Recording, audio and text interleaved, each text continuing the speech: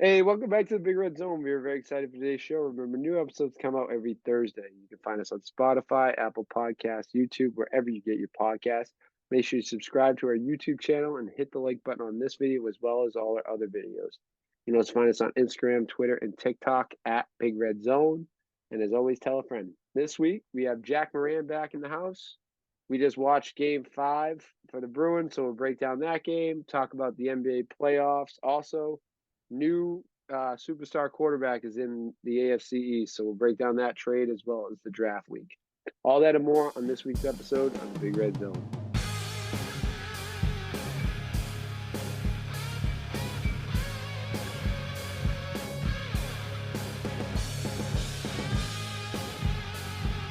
Welcome to the podcast.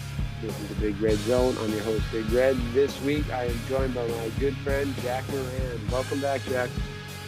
What's going on? How we doing? Good. You might be entering towards the record books of most appeared guests on the Big Red Zone. I don't know. I'd have to go back and look, but you're definitely you're flirting with history. Yeah, definitely up there. I mean, this is probably what 7, 8, maybe even 9. I don't even know. It's always a good time though. So I always love coming back. If we're counting appearances on the draft videos too, it's definitely way up. Yeah. If we're talking draft videos, because what do we do? Three of them. Years of Yeah. I've been in now for we're probably talking. I don't even know, maybe double-digit appearances at that point. Definitely. The live in studio was always my favorite, dude. You guys had the dope setup there. Yeah, that was a good time, and it was like right before. It was either I think it was right. Was that COVID? Like right after like the COVID like first it started like easing up, right? Yeah, I think I might have been summer 2020. Yeah. Yeah. Yeah, right I think after it was Dave Griffin. right around then. So maybe it was summer 2021 because I think he got signed summer 2021. Yeah, maybe. I don't know. I think it was because they had the short. Because they had the short year and they cut a bunch of Miley didn't even have the season in 2020. So it must have been 2021. Yeah. I don't think he wasn't. The first time he appeared, he wasn't signed. He was pitching minor. He was pitching sorry. Disney. I thought you were talking when he got signed. Yeah. So maybe it was 2020. I think it was, it was a good time. That setup was sick. Yeah, for sure. We talked about Big Brother and wrestling, and John was like, "Time out. We're going to talk about WWE. This never comes up." I still laugh at that. He's doing. Producer John's got his own podcast. Dash Club Wrestling. Oh yeah, I'll stay up with that.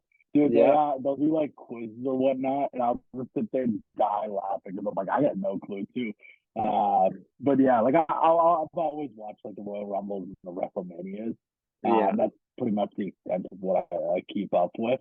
But yeah, I don't even know. He's killing it, dude. They're doing really well. Yeah, him and former guest of the show, right? Dante too. Dante was a Big Red Zone guest too. But they both met at Lumberland. So then when that went downhill, they made their own thing. Yeah, they were killing it there too. They're dude, I couldn't believe it. I don't even. We'll talk after. Yeah. But, I couldn't believe everything happened. I was like, they are on top of it. Dude, I would scroll through their multiple accounts, like playing trivia with them. Yeah. Like, Big Nick is fucking hilarious. He makes me laugh every clip I see of him. I think he's completely off TikTok and stuff. I don't see him on anything. He's come up with my feed, like he'll post an occasional video. The last one I saw, he's like, Lumberland reunion, we're having a cookout at my house. And no, you're not invited. It was just very funny. Yeah, those were great. I love the sports ones when when they did the Olympics and they did that like on YouTube. They did like Olympics, they did the hot dog eating contest, and I still think I could beat all of them. I think the winners was like 9 dogs. I think that was the most. I may be generous. That's like that's a normal meal for Big Red. I can power down 9 hot dogs. The fucking glizzy gobbler over here. Last year we had a game on the 4th of July at the Proctor Rocks. We did I didn't want to embarrass any kids out there. They did a hot dog eating contest, but after the game, there was hot dog in the concession stand. How quick do you think I powered it down with bun? With bun. How many? Just one. I just have one dog. So I want to see how quick Like I can put it 12 down. seconds? Yeah, it was around there. It was like 12, 14 seconds. Just powered down. Oh, yeah.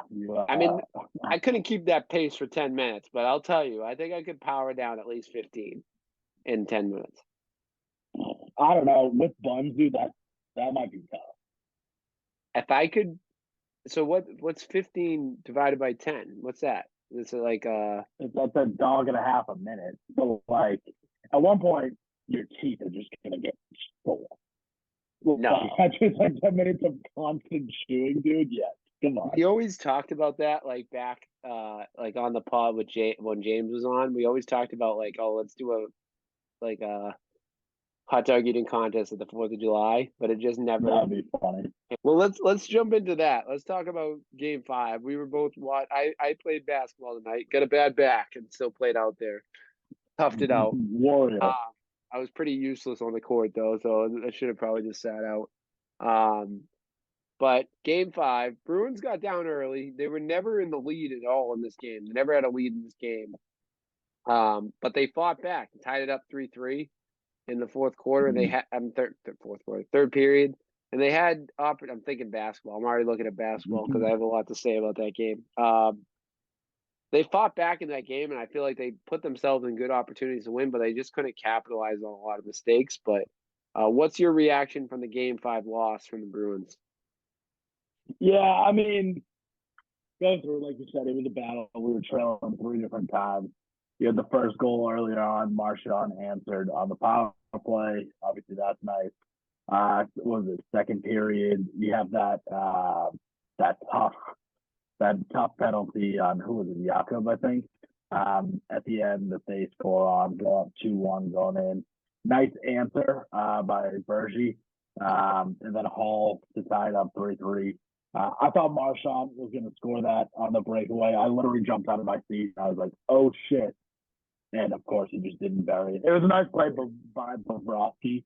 It was incredible that Marchand even made it that quick. I think it got popped in the air with like 3.5 seconds left. I didn't even think he was going to be close. So the fact that it was even like remotely close is pretty impressive. I don't know what Omar was doing at the end. I mean, I'm not a goalie. I don't pretend to be a goalie, but even I can be like, I've never played hockey, but I can look at that and be like, that was a mess up. I think it was Grizzlick that was right there. I don't know why he tried going that way when he had the entire other side. If he had just cleared it, I don't know who was on the other side. But he had Grizzlick, and then I think it was Kachuk that was right there. He's the one that obviously buried it.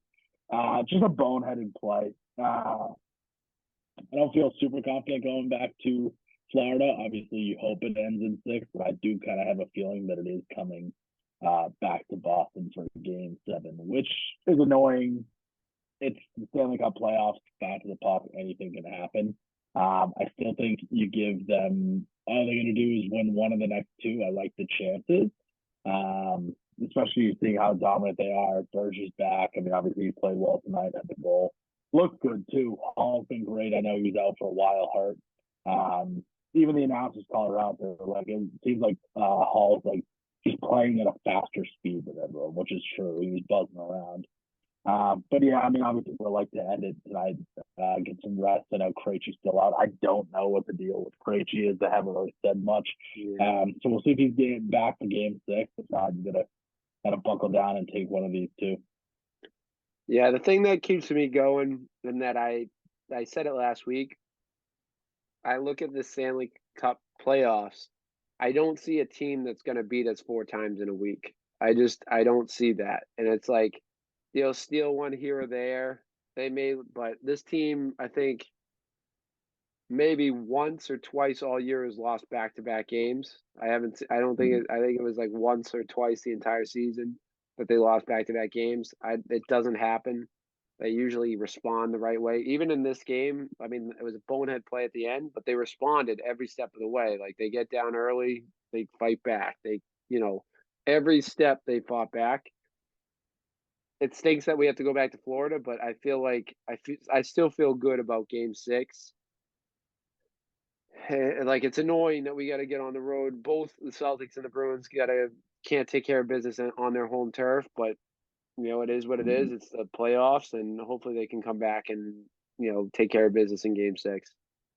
Yeah, even the announcers took a shot after. It was like, for the second time in 2 nights, the Boston team can't close it out Game 5 in their own home advantage. But what do you it think? is what it is. I was gonna say, what do you think's worse, the Celtics blown game or the Bruins loss tonight? I mean, I think objectively, it's definitely the Celtics with the miss. What they have a 15-point lead with however 13. many to go. I think it was 13. 13, whatever it was. But yeah, I mean, they just took their foot off the gas and opened the door. I mean, 0 points from Tatum and Brown down the stretch. What are we doing here? I mean, Trey played his ass off, don't get me wrong. It was infuriating watching. I still think I feel better about the Celtics being able to respond Game 6.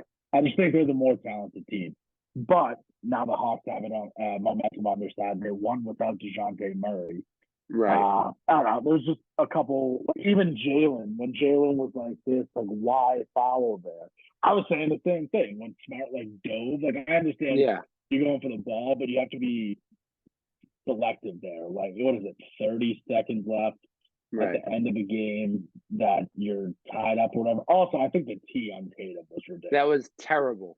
That was the most ridiculous tee. It's not like he even hit the ball at him.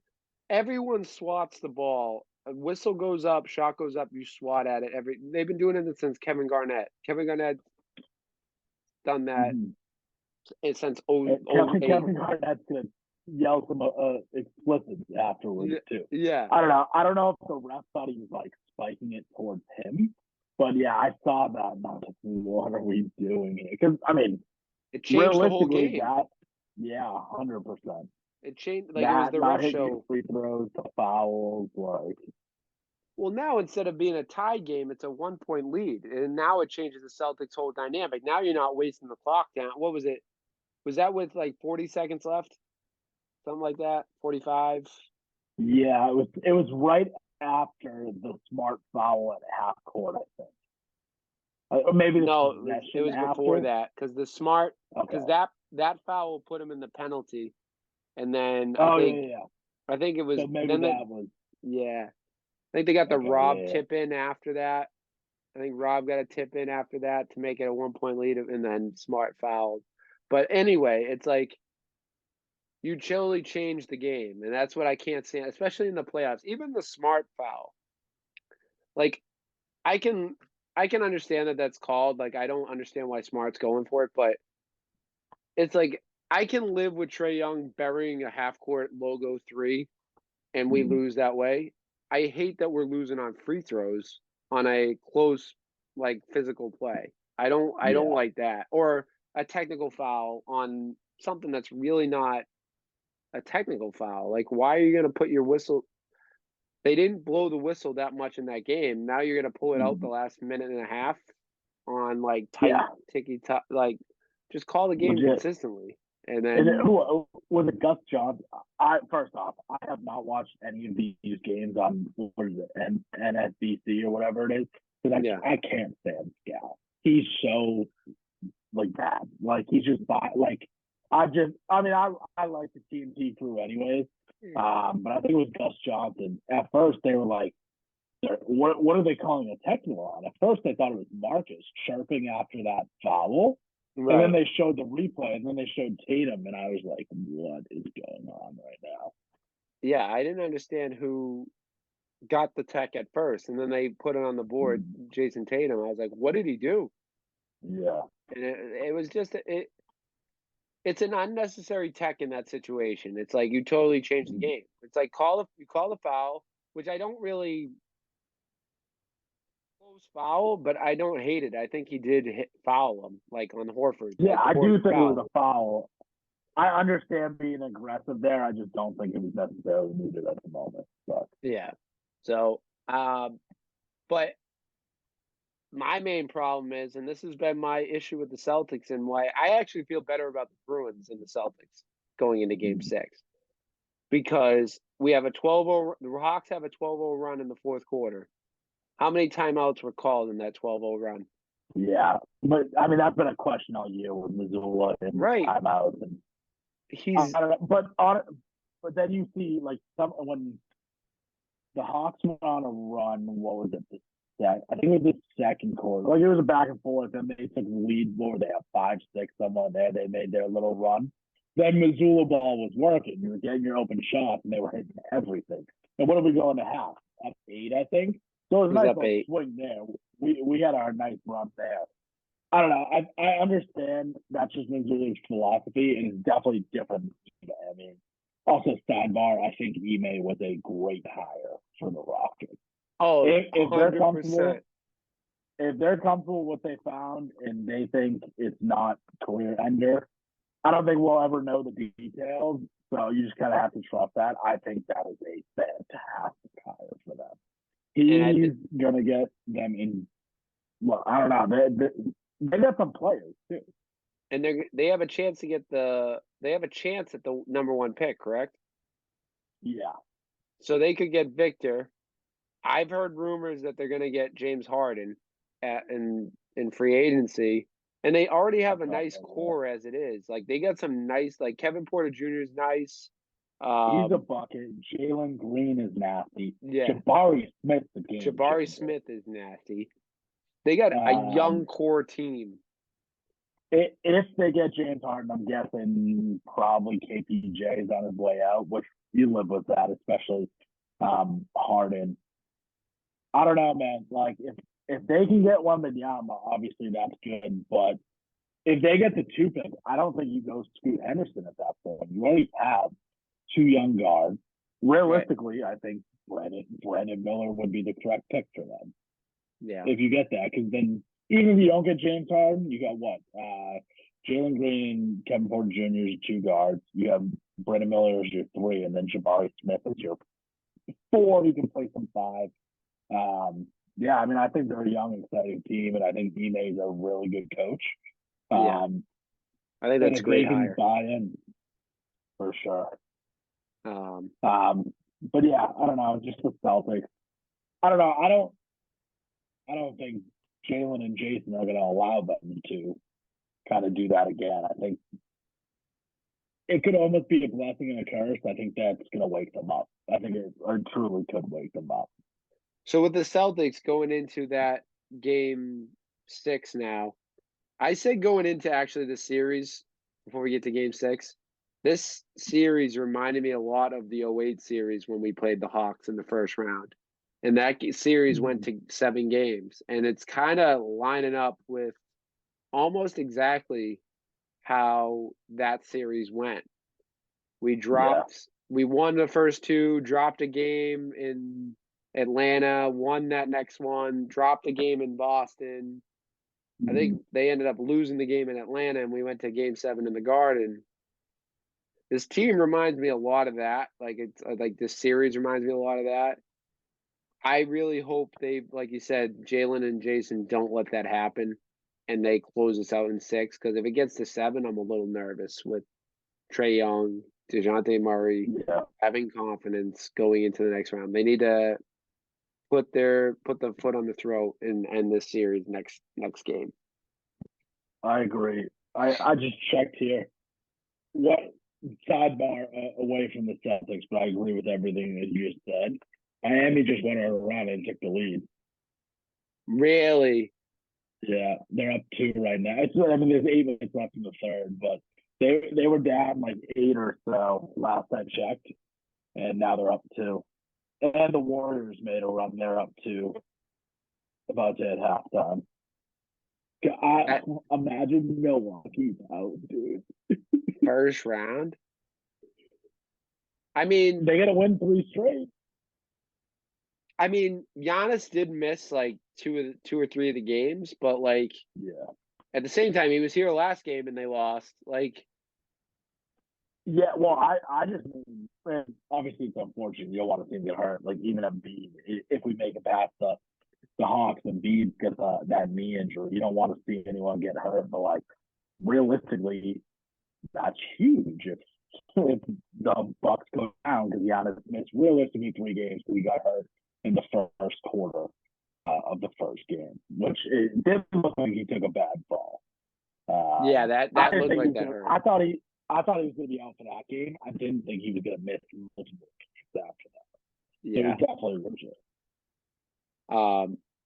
That's why I think this game 5 loss is brutal, and that's why I put it over the Bruins because you were playing without DeJounte Murray. You had to close out. You were at home, and you're trying to start that next series as quick as you can because the quicker you start it, the more likely you're going to have games without Embiid.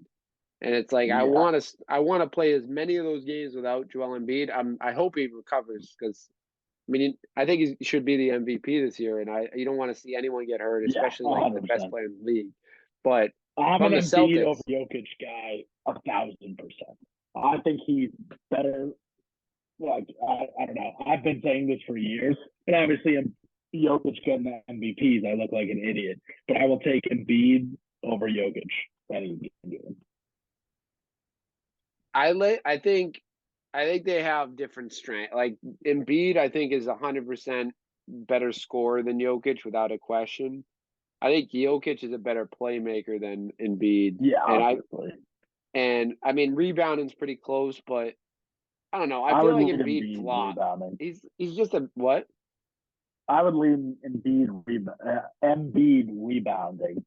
Yeah, I think it's close, but I think Embiid has it. I think he's just bigger. Embiid's like taller and bigger, so it's like. But I think Embiid makes a difference on the defensive side, though.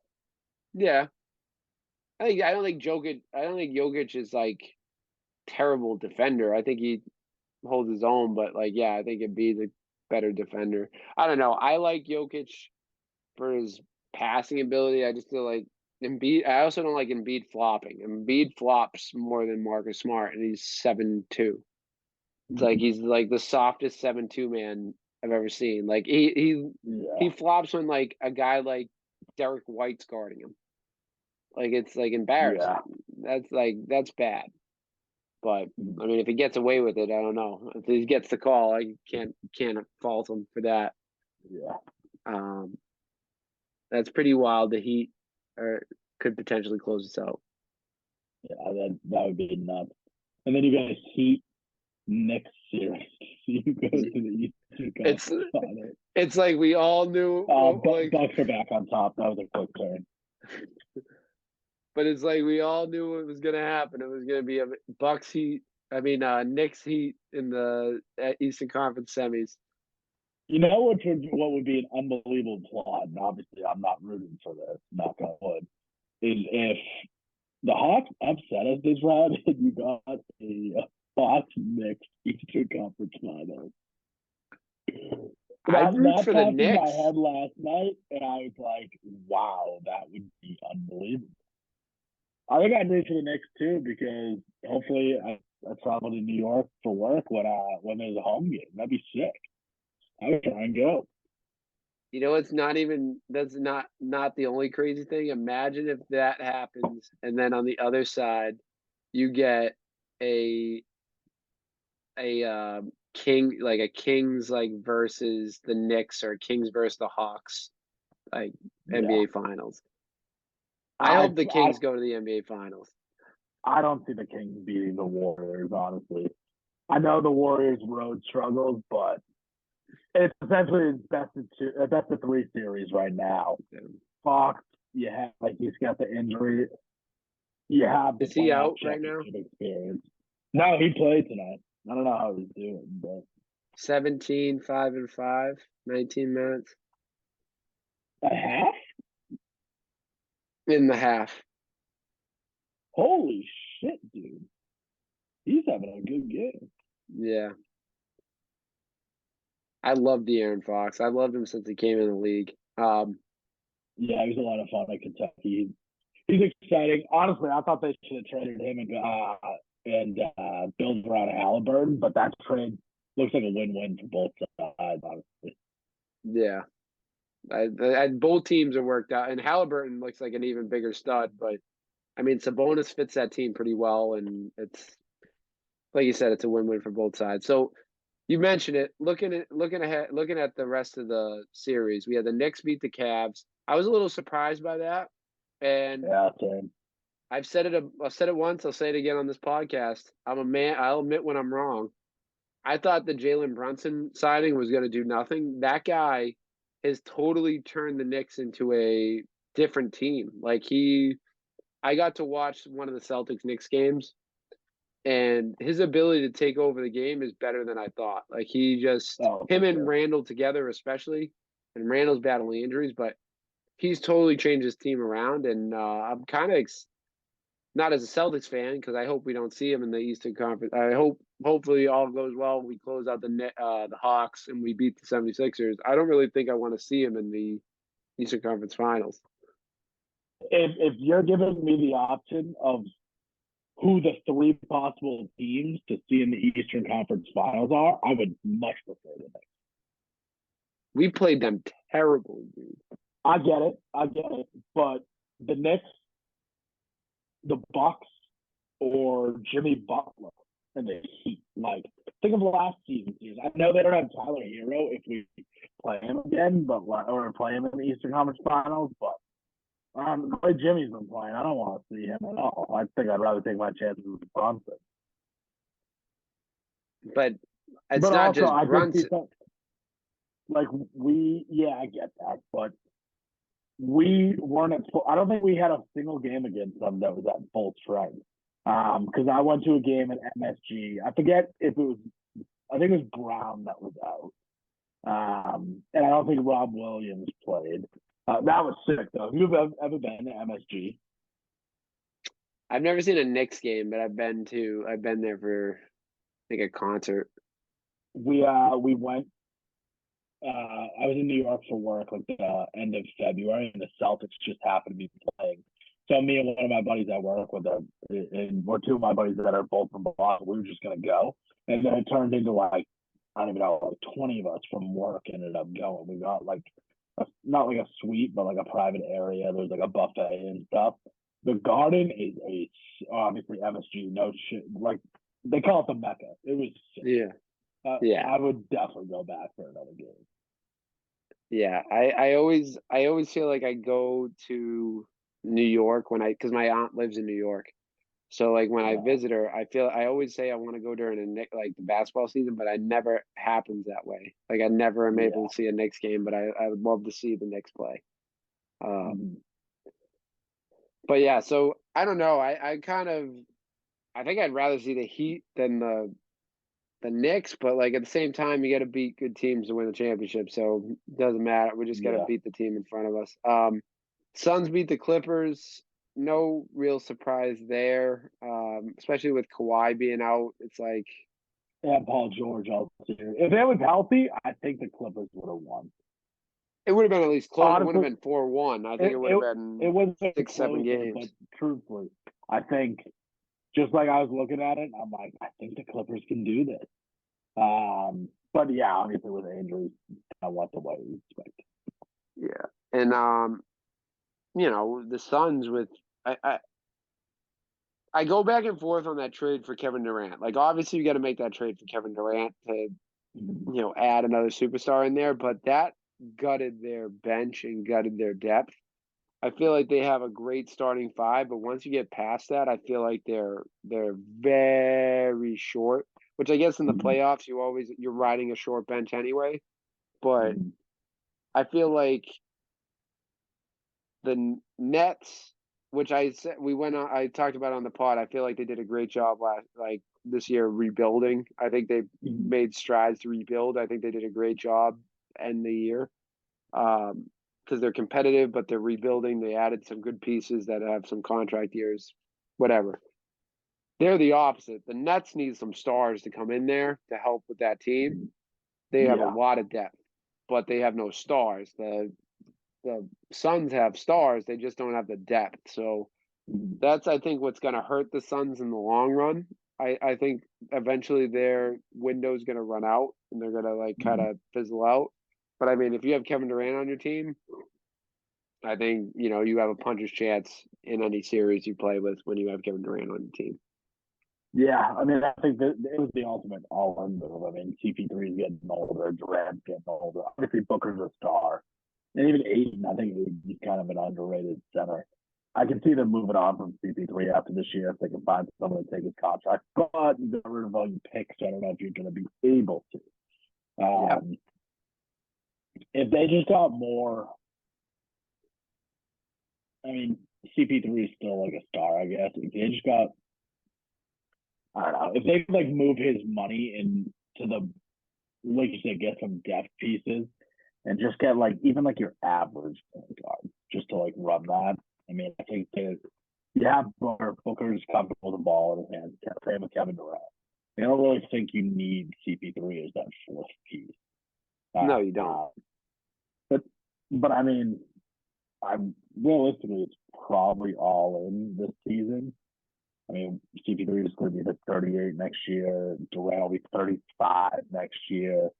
And over there on Durant game, he'll adapt for sure. I still think he's like a 25 plus game scorer. But he's been injured prone. We've seen that. He played 8 games with the Suns before the playoffs. He got traded in January, February. I don't know. It'll be interesting. I don't know what to make of the West, honestly. I think I don't really believe in the Nuggets. As crazy as it sounds, I mean, if the Lakers can hold off the Grizzlies, I mean, I think the Lakers can make a run. David's been playing well. LeBron's been playing well. Austin Reeves is him. Yeah. Him and Rui Hachimura have been crazy this year. I can't believe Austin Reeves is like just playing out of his mind. I said when they did it, they did the trade. The D'Angelo Russell trade was huge for them because he's a great player. That's a great. Yeah, I think he's a really good compliment to LeBron and AD being able to take some of the scoring off them. They made that the Lakers made championship moves at the deadline. I think they made like Vanderbilt, Russell, yeah, that was a really good, Rui, like that. That's like unbelievable, great moves at the deadline.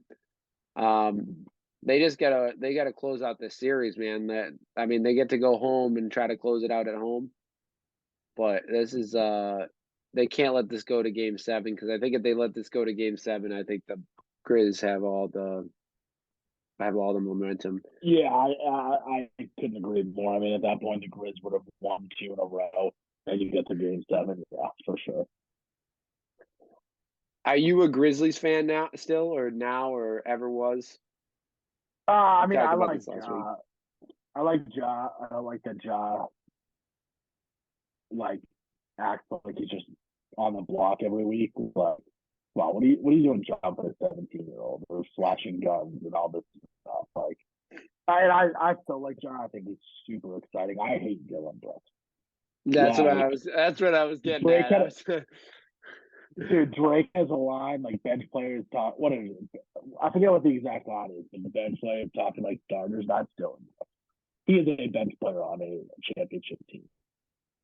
He has a triple single. He averages like a triple single.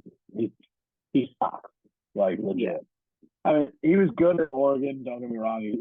He's not a bad role player in the league, but like, dude, man, he talks like he's a star, and he is not.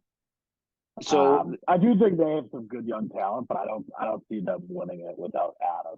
The two of you, like Jaren Jackson's great, but he's a 4, like realistically. Yeah. And he's doing it. Like the last game, like he's stepping up, but like that's not his role. Like that's not his position. They play best when they have that big body in the middle. And yeah, that's not his fault. It's not Jaren Jackson's fault. Defensive player of the year. It's just it's not his position. I was saying it last week. I feel like Dylan Brooks talks like he's Draymond Green, but at least Draymond Green won some Defensive Player of the Year awards and has championships. It's like, as much as I don't like Draymond, I'm not a Draymond guy at all. And I feel like he talks a I little like bit. Draymond. I feel like he talks too much now, but what are you going to say to him? He's won championships. He's won Defensive Player of the Year. He's a Hall of Famer. Like, if he retired He's today, he's a a Hall of Famer. lock. He's a Yeah. lock for a Hall of Fame. First Right. ballot.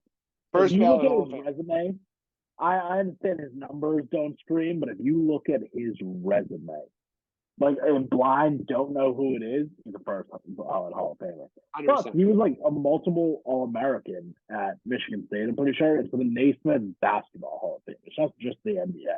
So you got the gold medals in there. Like, he's hands down a Hall of Fame. Right.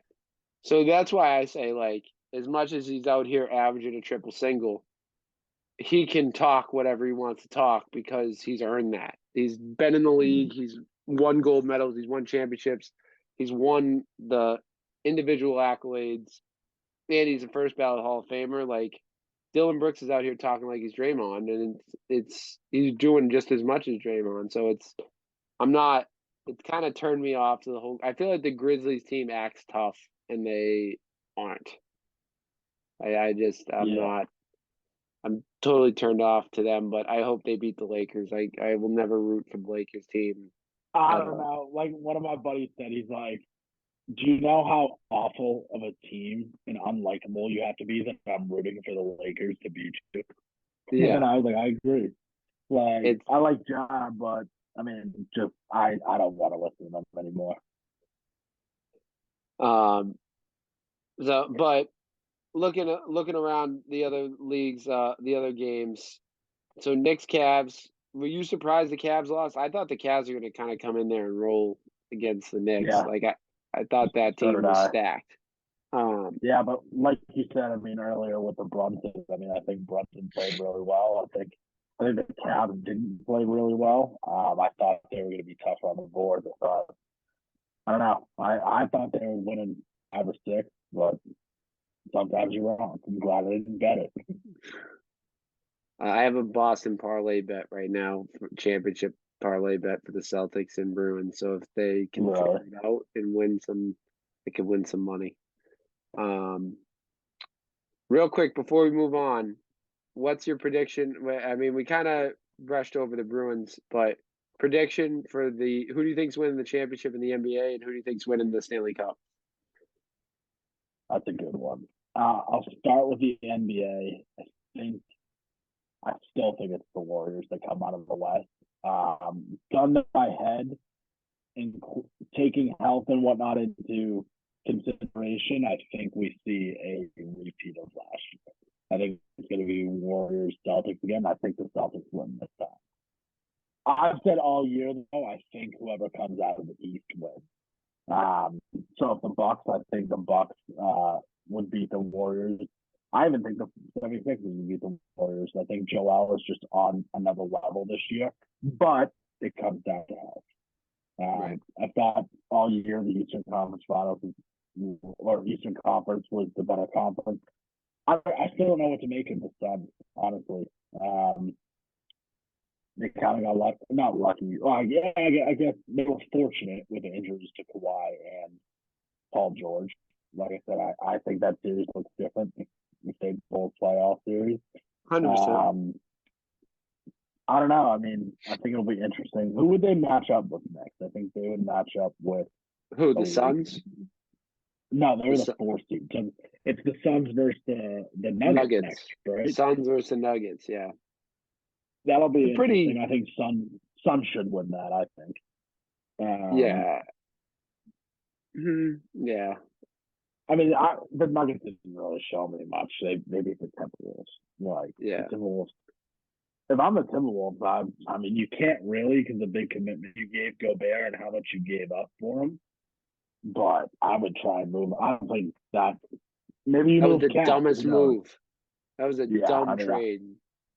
As a certified Rudy Gobert hater, I could not. I've hated him. I know you do. I hated that move when they made the trade because they traded away so many first-round picks, including their first-round pick last year. They traded the player they took in the first round. Kessler had a really good year. Yeah, and I think they traded another first-round guy, Vanderbilt, right? Wasn't Vanderbilt? No, The guy Vanderbilt they was on there. Yeah, that was another first round pick. No, Vanderbilt was on the Timberwolves. Wasn't he part of that? Oh no, he got traded. Yeah, he was on the Timberwolves and he got traded to I think it was the. that kid from Kansas. Dude, it was. I'm pretty sure it was Vanderbilt because he got traded to the Jazz and the Jazz traded him to the Lakers. Oh, for some reason I thought he came from in the D'Angelo Russell trade. He was drafted, I think, either last year or the year before, but I liked him coming out of the draft. What was it? It was Gobert was traded to the Timberwolves for Pat Bev, Malik Beasley, Jared Vanderbilt, Leandro Bolmaro, Walker Kessler, and 4 firsts. Yeah, so Kessler was the only draft pick from last year. But Vanderbilt was 2 years ago. Was the first round pick 2 years ago. He was the late first. Was it? No, I thought he was older than that. No, Vanderbilt was a second round pick in 2018. He was a second round pick? Yeah. Huh. Well, I hated that. Anyways, point being, I hate that trade. That was a terrible move by the Timberwolves. Like, that's going all in on the wrong player. Like, that's just it. Makes no sense. Guy to trade all those picks for when you have guys like, I mean, Dame's out there that you could throw a big package. Kevin Durant was out there at the time. Kyrie, as much as you want to hate on him, he was out there. Dame would have been interesting. Dame, Anthony Edwards, and Cat. I like that. Yeah. I feel like they fit well. They fit well together. I mean, you probably give up Michael Conley in that, but who wouldn't do that? Like, put Michael Conley in that deal all day long to like match cap space. But like, oh no, Conley's on the Jazz, or one's on the Jazz. Oh, he was part of that trade. Yeah. No, he went from the Grizzlies to the Jazz, and the Jazz to the Lakers, right? Conley's on the Timberwolves. Oh yeah. So what deal? I don't even know, dude. Sorry, it's 11:32 at night. Who did I think? Did he sign a free agent? Michael Conley went from the Jazz to the Timberwolves in 2023. He was traded from the Jazz to the Timberwolves. What trade was that? Was he a part of the same trade? No, he got traded in February. So that wasn't the same trade. Yeah. Gotcha. Anyways, the Timberwolves are in rough shape because now, like, they may just blow it up, get rid of Cat, get rid of Rudy, and try to build around Anthony Edwards. That may be the only thing the smartest thing they could do. Yeah, I mean, I think you have to get rid of Cat. And so, if Jalen wants out, I think Cat's a realistic target. That's interesting. But he's been rumored to come here for years. Yeah, we'll see. So, real quick, 2 names. Who do you think's win? Who's winning do you think the Celtics are winning the NBA Finals? Who's winning the Stanley Cup? That's a great question.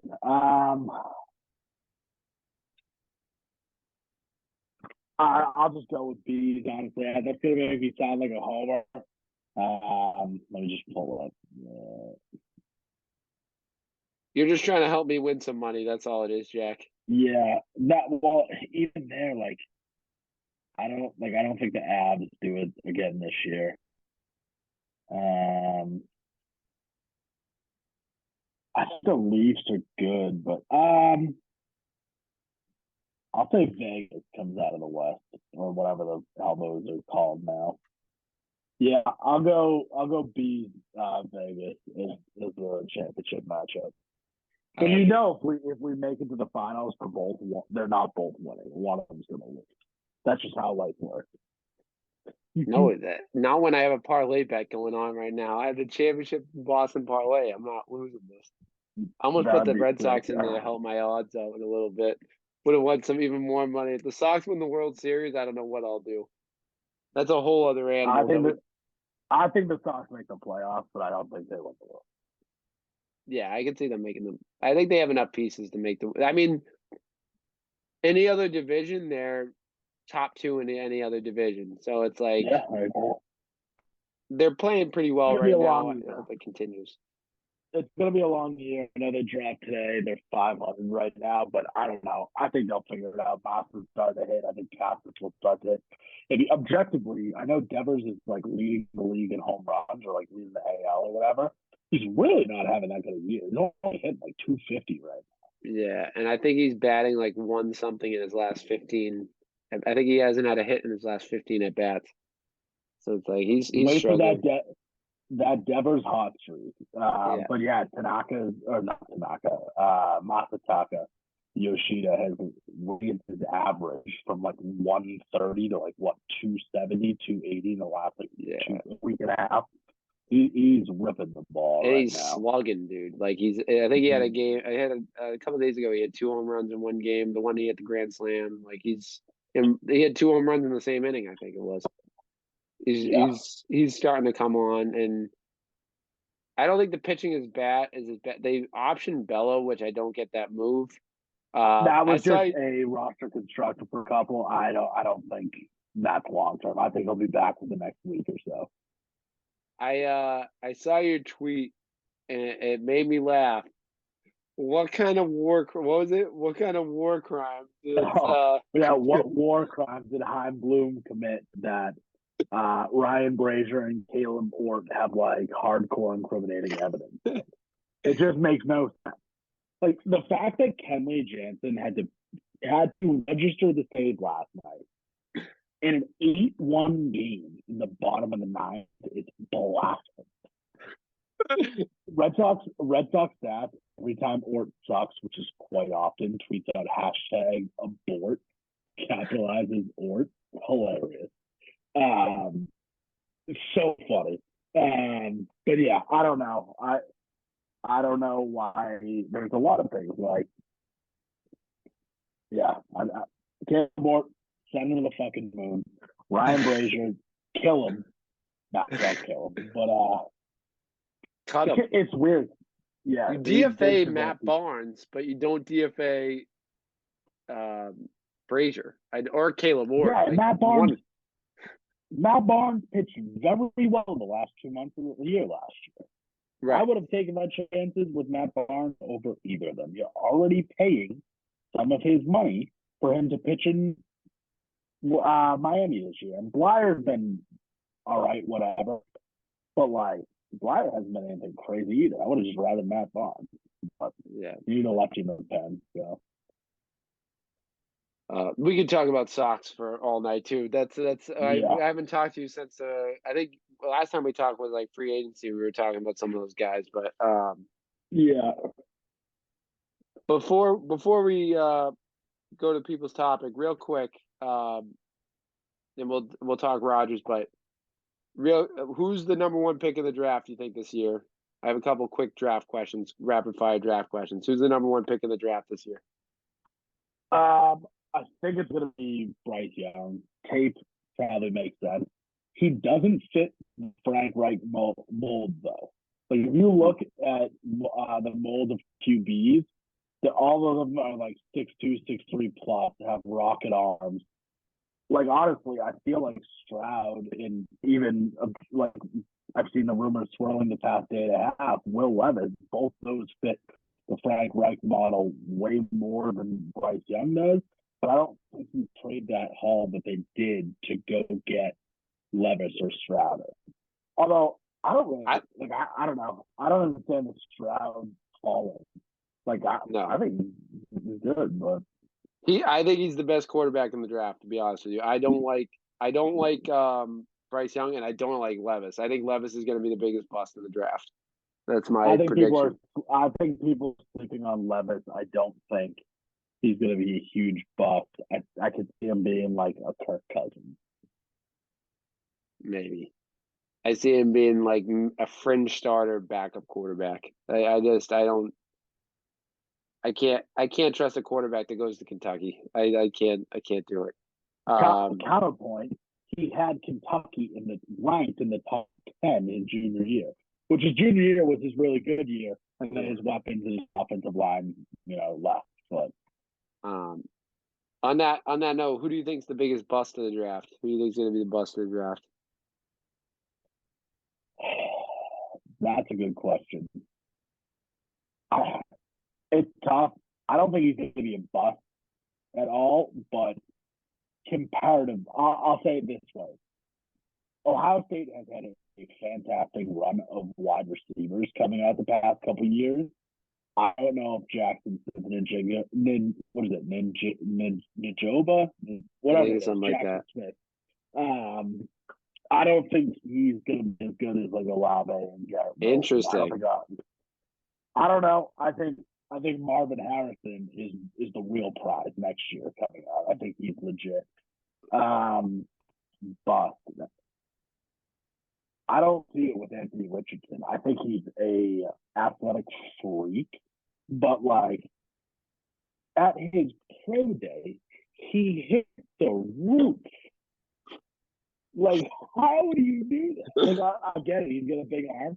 It'll be cool. Like, if he put together like a Cam Newton season, that'd be sick because that was a lot of fun to watch. I see more Jamarcus Russell than I see Cam Newton. I think it's Trey Lance. I think it's Trey Lance. He's just an athletic dude with I think he's a project guy. I don't think he's a. He's definitely a project.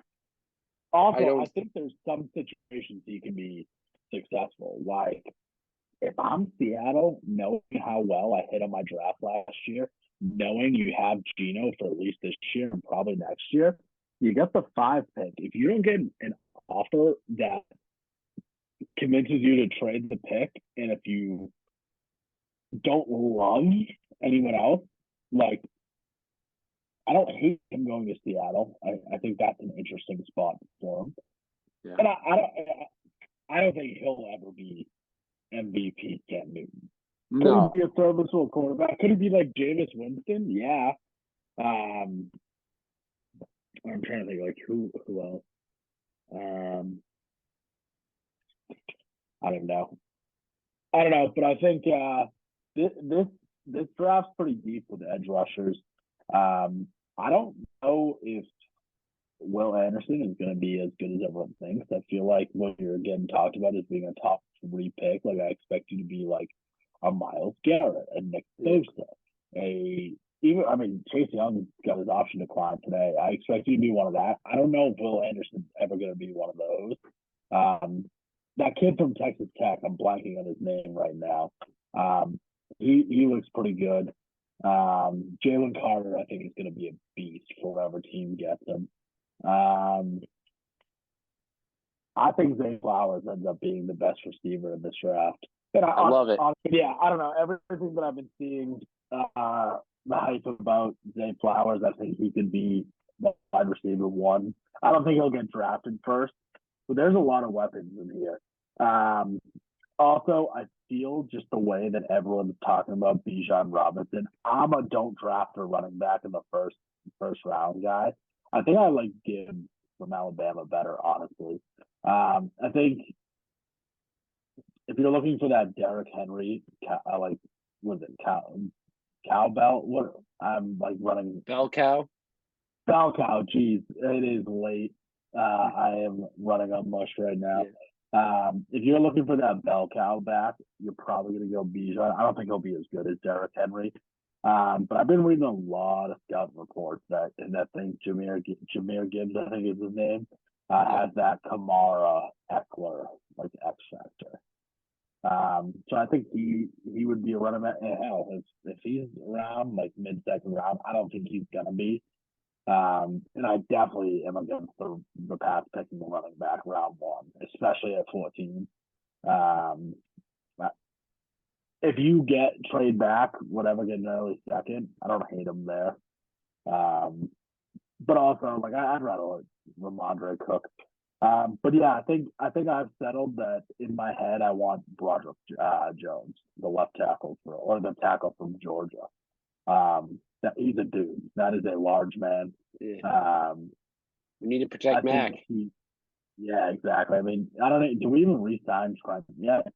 I know we signed some like makeshift offensive linemen this offseason. I don't know if I thought Trent Brown was here next year.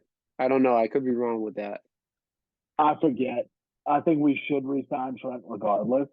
But yeah, I mean, I don't think Witherspoon's going to fall the corner from Illinois. I don't think he's going to fall this far to us. Do you take Zay there at 1? Do you take Zay at the 14? I wouldn't. No, I'm not confident enough in our ability to develop a receiver. My heart says yes, but my head says no. I also like position wise. I don't think he fits with what we have right now, and I feel like a left tackle. Like we don't need another slot receiver, and I feel like I'd rather draft a left tackle or a corner to help. Like that's gonna make an immediate impact. Like this year, I think. I would say left tackle and corner are the two that I'd like the most. I'd say, I mean, if Witherspoon falls, I love him. I think I want Bronte Jones. Peter Skoronski's one. I don't think he's going to fall that far to us, though.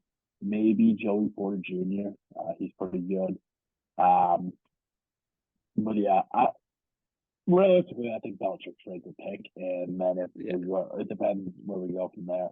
Realistically, I think we'll probably end up drafting in the late 20s and picking up an extra like second or third round pick.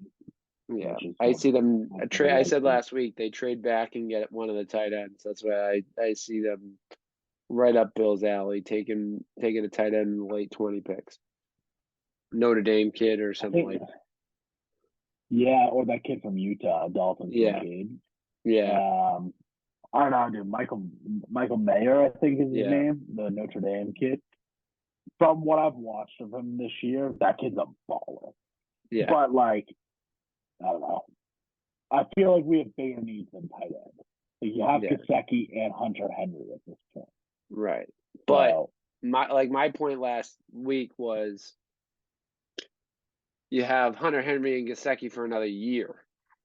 Then what are you going to do with them? Gesicki's only on a 1-year deal. I think he's still got 100 for this year and next, right? I think Henry's a free agent next year, no? I thought he signed a 4-year deal, but no, that could have been Johnny that I'm thinking of. I think he may be done next year, but even so, like you give a kid like that to learn under those two guys that have been in the league, very similar type tight ends. Like I wouldn't mind having him be the 3 this year, and then next year he's your starting. But I like I said, we have 2 big holes that we need to fill like this year to have a chance to either compete, and that's at the tackle spot and corner. So I'm in on that. If they get one of those top wide receivers at the 14, I'm not going to be disappointed. But wide receiver, tackle, or corner is what I want. I don't really think I'll be like upset with what they do. Like last year, I was like, all right, what are we doing with Cole Strange? Yeah, it worked out for the most part. Obviously, Bill knows football better than you and me. Right. Even the year before with Kyle Duggar, I don't know. I expect half the draft class are probably going to be people that I've never heard of. I do think when you have a pick this high, then you kind of need to capitalize. I think there's a lot of good offensive tackles. I think there's a great chance to get your franchise left tackle. But and also I trust Bill to be able to develop corners from a later round pick. We still have a pretty good corner room. Jonathan Jones, Jalen Mills, Marcus and Jack Jones. Like we have some pieces there. I don't think you have a CB1, but you probably have a couple 2s. Yeah. I think they got a couple guys. They got a couple dudes in there. Before we move on to people's topic, because I know we're running late, I want to get your take on this. This app broke yesterday. Aaron Rodgers finally traded to the Jets. I think it's a great move by the Jets. I think like I said at the beginning of this offseason, or maybe at the Super Bowl week or something. I think I was talking to Dating Football about this. The Jets were a quarterback away from being a contender, in my opinion. I think they have one of the best defenses in the league. Their head coach is a stud. I've liked him since he was in San Fran, and I was rooting for him to get a head coaching job. Kind of disappointed he went to the Jets, but I think he's a great coach. And, I mean, they have the wide receivers. They got the running back. Last year he got hurt, but they have their franchise running back. I think this team is ready to roll, but Zach Wilson wasn't it, and now they got Aaron Rodgers for a year or two. What do you think? What's the expectation for this team going? I know everyone's going to say the Super Bowl, but what's the expectation of this team? I think it has to be. Yeah. You gave up a second, and most likely it's going to be a first. Like, unless he gets injured, I can't see him not playing 65% of the time. So you give up a first, second, and a fourth, I think? Fourth or fifth, something like that. Something like that. And like realistically, Aaron Rodgers is never going to play another snap for the Packers. I feel like a second and a third was probably what I was thinking was going to happen. But also, if I'm the Jets, like, I don't know. I feel like I think you had to make the move. I think it does make them better.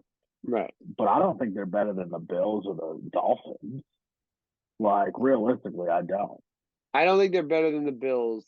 The Dolphins I think you can debate it. I think they're. I think the Dolphins got a lot better this offseason. Don't forget they traded for Jalen Ramsey. That's a big. Yeah, addition. that's true. That's a huge trade. If Tua stays healthy, I think the Dolphins can win the division this year. I mean, I think this is the tough. I mean, we know it's the toughest division in football. I just think anyone could win it. I mean, the Patriots won't win the division, but I think any of the other three. Patriots won't win the division, but I can see the Patriots sneaking into a wild card. 100%. I think you give Mac an actual offensive coordinator. If you get him a legit left tackle, I don't think a lot of people agree with me, but I think Juju's an upgrade from Jacoby Myers. I think Gesicki is an upgrade from what John Smith wasn't giving you the past 2 years. I think Ramondre as your lead back. I think Tyquan Thornton for a full year is going to be good. Devontae Parker, if he stays healthy, look, I'm not expecting them to win the Super Bowl or whatnot, but I think the defense is good enough. And then if you improve on offense, like Mac led us to a 10-7 record. I know the defense was good his rookie year, obviously, but I don't know. I just think a lot of people are ready to give up on Mac.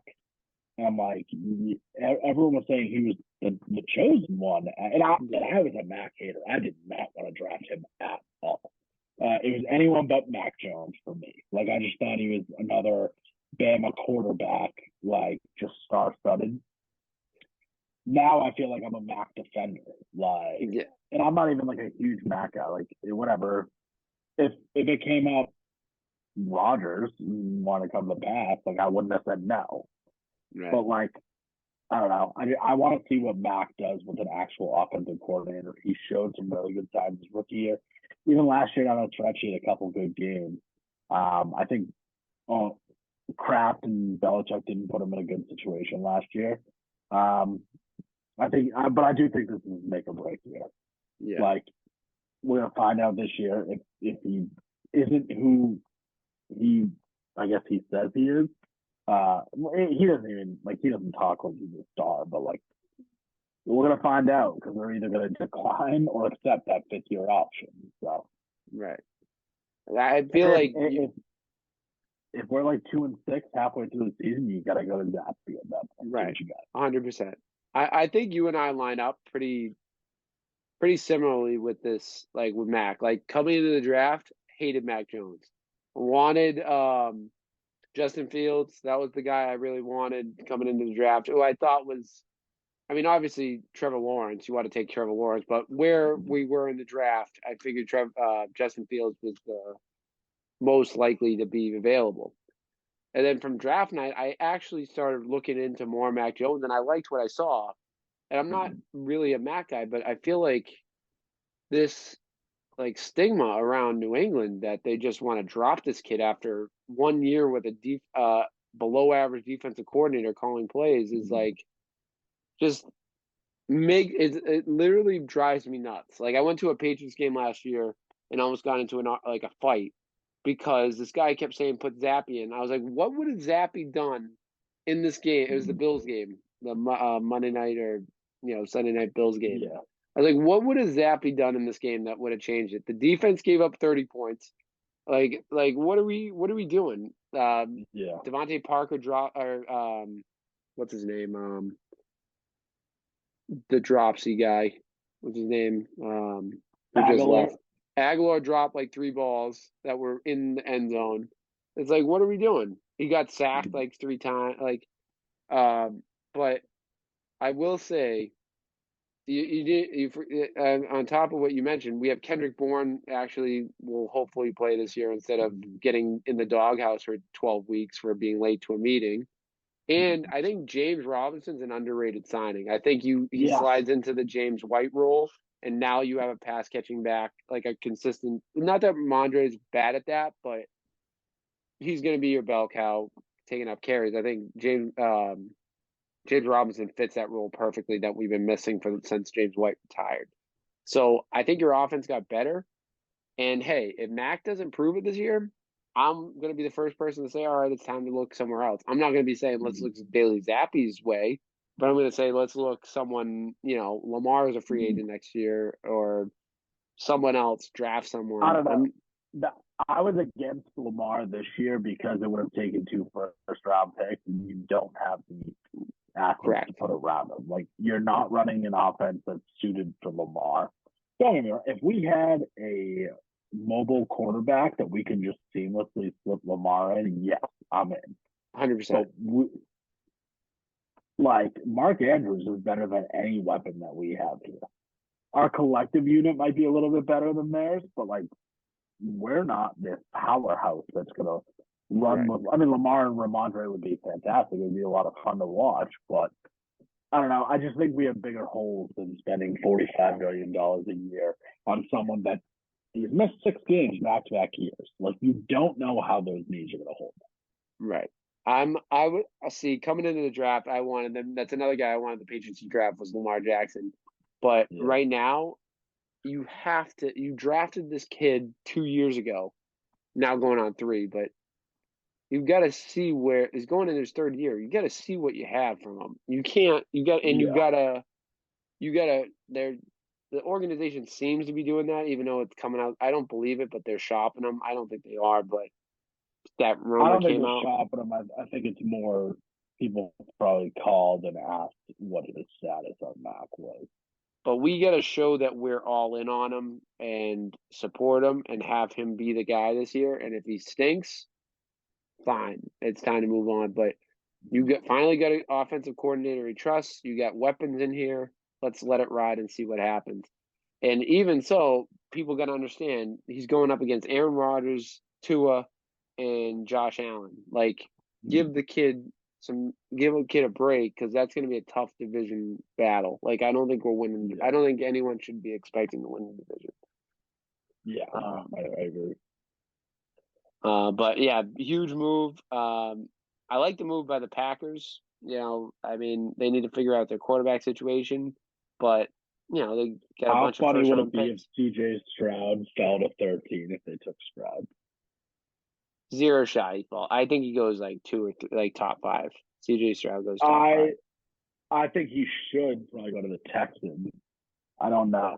There's a lot of rumors on what they're going to do. I don't see him making it past Tennessee at 11. No. I think he's the best quarterback in the draft. But I don't disagree with that. If I had the number 1 pick, like when they traded up, I was like, I think I'd probably go Stroud because I think him and Bryce are comparable. But he's just bigger, and I think I would just trust that to hold up in the long run. I'll tell you this. Just think about how he played against Georgia. Yeah. I'm going to tell you this. I have the number 2 pick in my dynasty rookie draft. I think the kid who has 1's going to go quarterback.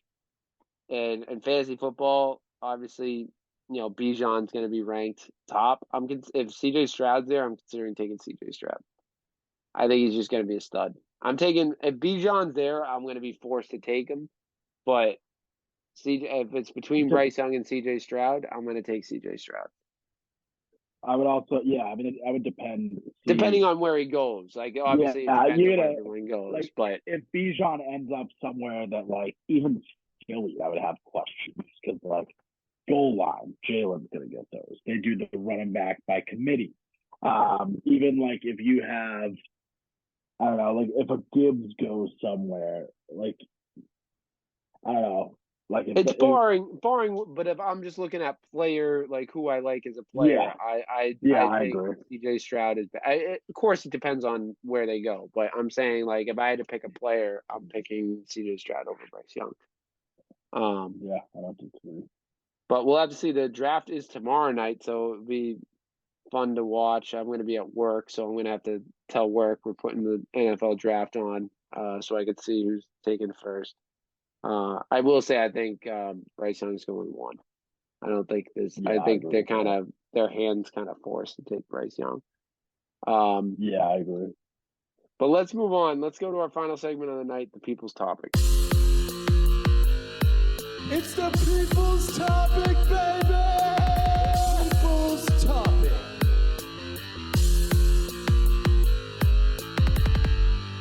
All right, so People's Topic, right on our Instagram and Twitter page at Big Red Zone. Leave us a comment. Let us know what you want us to talk about. Up first, we got one from Darren, former Brockton Rocks intern too, just so you know, Jack. So it was just like you. You came first, though. You're the OG. He says, why do Boston sports try to kill us? Obviously, probably talking about the last 2 nights. It's tough, but Game 6, it's only a day away. 2 days away? Day or 2 away. This one comes from Emily. She said, what is that ending of the Bruins game? Whatever that ending of the Bruins game was, I don't understand. That was a miserable last play. That was a very anticlimactic play. Yep. A lot of Bruins, everyone's all ticked off about the Bruins.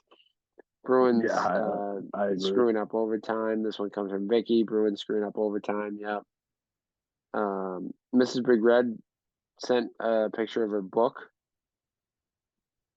So she likes to read. She's a smart gal, I guess. She likes to read. Thank you for the book recommendation. Yeah, appreciate it. This one comes from Instagram. Go Celtics. Heck yeah, go Celtics. Yeah. And the final one comes from Joseph_Celia. He writes, what is your hottest sports take that you will go to the grave for? Like that hit or like right now? I mean, I think I know yours. What do you think mine is? Like, I'm trying to think now. It's your pinned tweet, your Patrick Chung hot take. No, that was just an in the moment funny tweet, I thought of. But my honest sports take, I'll let you go first. I gotta think about this. Are we thinking like all time? Are we thinking like current? Are we thinking? That's what I'm saying. Like I'd say my best call of all time was Brady to the Bucks. Like at the end of the season, I said I called Brady to the Bucks. That was probably my best sports call. That and Aaron Rodgers winning the MVP. I said it like draft day. I said Aaron Rodgers is winning the next MVP. But I just feel like that's calls. Like I don't think that's really hot takes. Brady to the Bucks was kind of a hot take at the time. Everyone said I was wrong, but I thought Brady was leaving for sure. Yeah, like after he walked off after that Tennessee, after Logan Ryan picked me, I was just so convinced that was his last one. It was more the Bucks. Like everyone was saying he was going to the 49ers or he's going to somewhere else, but I said Tampa all day. I remember what my best hot take is, and I will not take it. Well, I mean, you can disagree with me. Mookie Betts is the most talented player in Red Sox history. Yes. Again, I don't think that's a crazy hot take. He's more talented than Yaz. He's more talented than Teddy Williams. Obviously Ortiz. It is going to be a catastrophe when Mookie Betts goes into the Hall of Fame as a Los Angeles Dodger. He should have been a lifetime Red Sox. He's already almost at Hall of Fame numbers already, and he's, 29, 30? Yeah. Thanks for reminding me there, Jack. Yeah, he is the most talented player. You got to think, I understand errors and whatnot, like Teddy Williams, nasty. But I don't know. I'm taking it to my grave. Mookie's a legit 5-tool player. I'm taking that in my grave. Mookie Betts is the most talented Boston Red Sox player of all time. I'd say he's the most talented overall player. Like every position. I'm talking everything included. Sluggers, Gold Gloves, MVP. His MVP season, his WAR, his wins above replacement, and everyone measures a little bit different, but I typically just go off baseball references, the easiest across the board. His WAR in his 2018 MVP season is higher than any WAR that Mike Trout has ever posted. Yeah, I feel like he's so underrated too. Like I feel like when people say the best players in the league, even now I feel like he's overlooked. Yeah, I still think Mookie's a top 3 player in the league. Yeah. I'll listen to an argument for Aaron Judge just because of what I don't know. He strikes out a lot. I wouldn't say that. I would say I'd still take Mookie over Aaron Judge. If we're talking all around game, it has to be Shohei 1, even though I still think I guess because he can pitch. Like I guess you're adding another wrinkle into it. I still think Trout's the best player in the league, but if regardless, I think you can put Trout or Ohtani 1 or 2. I still think it's Mookie. I mean, there's a couple different players that you could argue for, but I would take Mookie over them. I think everything he brings to the game, the versatility, the leadership, the Gold Glove defense, the Silver Slugger, how many years in a row? Can you imagine that we let go Xander Bogaerts and Mookie Betts in a 5-year span? I was okay with Xander. I mean, obviously, I would have liked to sign him. Not for the contract he signed, but I'm just saying. Yeah, for the contract that he got, I was out on that. Yeah, I would have given Mookie what he got for sure. 12 by 360. Yeah, no, I definitely would have given Mookie that deal. Xander, I definitely wouldn't have. I just don't. I don't. And it's gonna look good right now because Xander's hot right now. But talk to me in 5 years. What is 38, 39 making $30 million a year? Let me know how that goes. Also, I do think it's nice because it was an insurance policy for them in case Machado leaves this offseason. It made all the sense in the world to me for the Padres. And then you get Soto up after next season. So realistically, in 2 years from now, we could be talking about it being Cronenworth, Tatis, and Xander as the big 3 for the Padres. Yeah. So. I don't think that's too bad of a hot take. I think that's overall, like, if you want to argue who's the best hitter, I think you can make an argument for different players, but I think overall player, I think Mookie is just a 5-tool. Yeah. Like you said, I think he's just the best overall especially homegrown talent, but probably anyone that ever played for put a Red Sox uniform. And we just let him we traded him away for nothing. Well, I like Verdugo, but not he's third best player in the league. Yeah. I also I would have liked that deal a lot better if we got the guy that what was his name? Buster Bruce Gretterall. Yeah. He was the one that was injured in the play and then in the trade, and then they didn't want him, and then now he was fine like a month into the season, and now he's like a stud. I would have taken him hurt. I liked him a lot when he was there. Yeah. I don't really have any really hot take. We got to call Noah for his machine. What was that? What was that hot take that he had? Who was it? Sam Darnold? The Sam Darnold hot Sam take. Darnold. Yeah, I forget what it was. He just had so many that I can't even follow anymore. Unspeakable. I'll tell you after we get off. I remember. I'll never forget the hot take. I just can't say it. I almost said what I thought it was, but I was like, I'm not going to put that in the universe right now. It's definitely not on recording. So. But yeah, I mean, I don't know if it's a hot take, but I guess Brady going to Tampa was like my best call, but I don't think it's.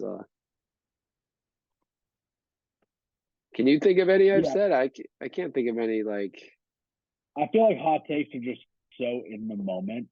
Yeah. That I don't. It's hard to think. Like I'm struggling to think of any of mine, honestly. Yeah, I feel like I don't know. These games are playing out. But, ooh, Bucks up 2 with 16 seconds left.